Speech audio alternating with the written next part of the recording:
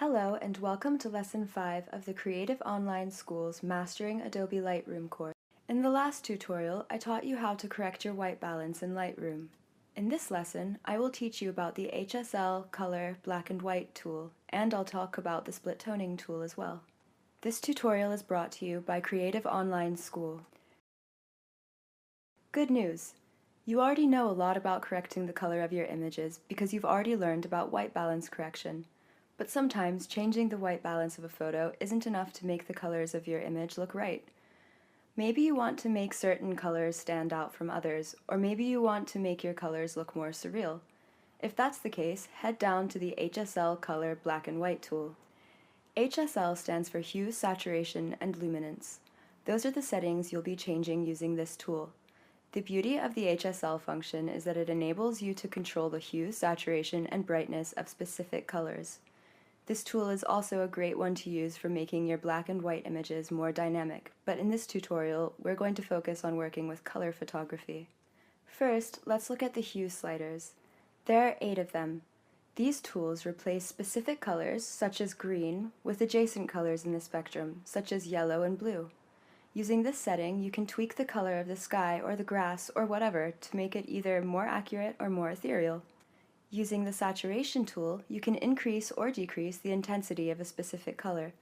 For example, if one particular color is especially vivid and distracting, it might help to reduce its saturation. Playing with the hue settings can also help you do this. The luminance tool lets you increase or decrease the brightness of specific colors. This is a great way to add a bit of extra contrast to your images.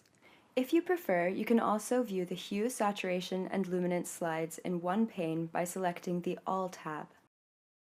There is another setting under the HSL tab that can be hard to spot. Do you see this little circle? It's present in all of the HSL tabs. It's the HSL Target Adjustment tool. This tool enables you to perform the changes we just discussed without using the sliders. Instead, you click on the exact location of the color you want to tweak in your image and drag your cursor. This tool can be used for all of the HSL settings we've just discussed respectively. The tools under the Color tab are pretty much the same as the HSL tab, but there is no Target Adjustment tool. You can view all of the colors and their settings in one tab, or you can click on the right color's thumbnail at the top of the pane to focus on that one.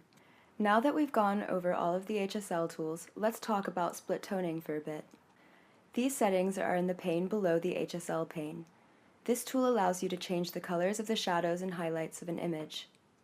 If you want to change the hue of your picture's highlights, you have a few options.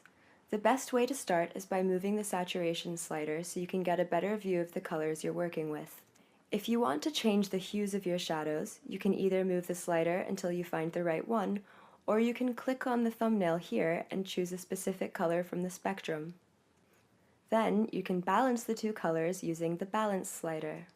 Congratulations! You should now be able to make advanced adjustments to your color settings.